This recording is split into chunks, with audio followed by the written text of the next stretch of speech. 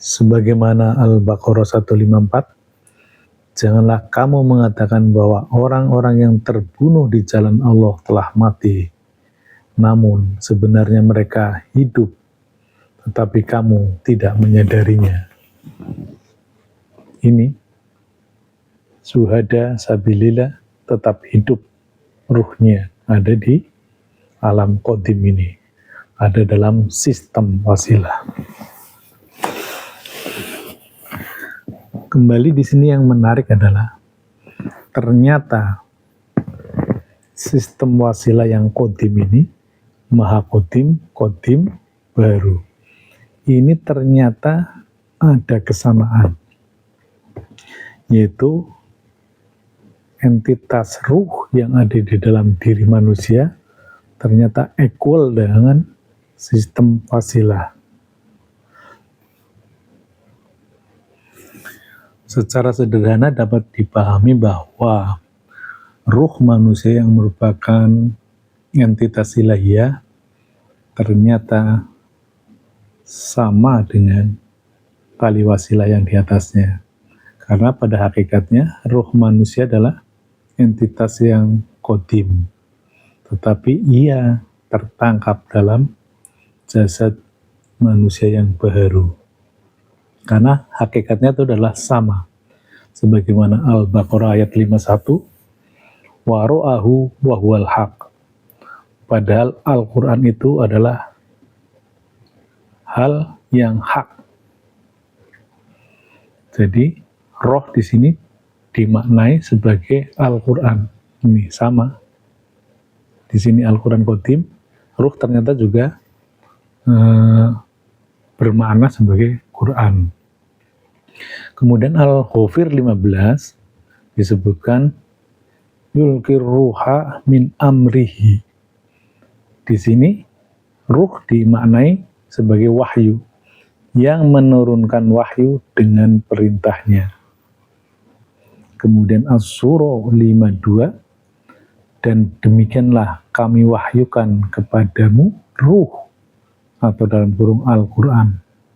Ini terjemahan asli ini ya, terjemahan asli saya ngambil aja. Ini ruh di terjemahan ternyata diartikan Al-Quran. Artinya ruh manusia ini equal dengan Quran yang qadim ini. Nggak mungkin kan Quran di sini adalah Quran mushaf, nggak mungkin kan wahyu ini adalah wahyu yang mushaf. Tentu ini adalah wahyu yang qadim yang ada di Lauh Mahfuz. Menarik lagi juga ternyata di surat As-Surah 193, Nazzala bihir ruhul amin, yang dibawa turun ar-ruh al-amin. Jadi di sini ruh ternyata bermakna malaikat Jibril. Sama kan? Ruh manusia yang ada di dunia ini, yang tertangkap dalam jasad manusia, ternyata juga maknanya sama dengan malaikat Jibril. Kemudian An-Nahl 102, Qul nazzalahu ruhul qudus, katakanlah ruhul qudus Jibril. Sama juga ini, ruh manusia bermakna Jibril. Atau secara sederhana dapat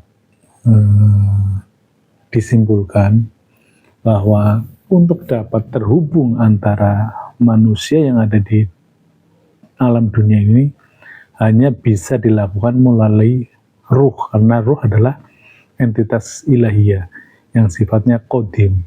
Qadim tetapi qadim yang punya limitasi karena dia terikat dengan jasad manusia. Jadi karena materialnya sama, jadi ini memungkinkan tersambung ke alam ruhaniyah yang di atasnya itu alam qadim. Di sini juga isinya semuanya qadim semua. Tetapi ini qadim yang murni, tidak terikat oleh dunia. Ruh ini terikat oleh dunia, sehingga nyambung naik satu dimensi.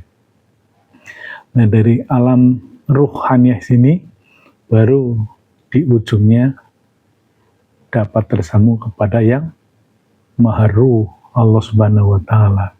Jadi kesimpulannya tidak mungkin dari sini langsung melenting ke sini, apalagi yang ruhaniyahnya belum diaktifasi.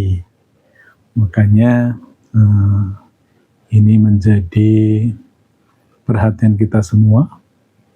Allah menurunkan wahyunya, menurunkan kalamnya ke dunia yang mewujud dalam bentuk kitab, baik Taurat, Zabur, Injil, Quran, itu pun berantai dari Allah, kemudian turun ke malaikat, baru turun ke utusannya di dunia ini. Maka sebaliknya ketika kita beribadah kepada Allah pun harus melalui jalur sistem wasilah.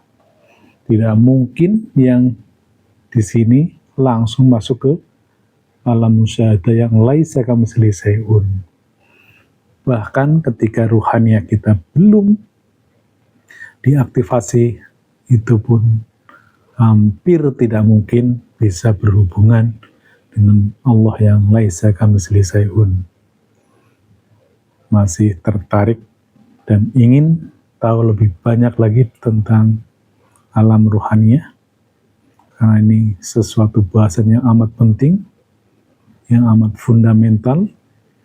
Ini adalah tentang kita, tentang hubungan antara ruh manusia dengan Sang Maha Ruh, yang endingnya adalah inna lillahi wa inna ilaihi raji'un.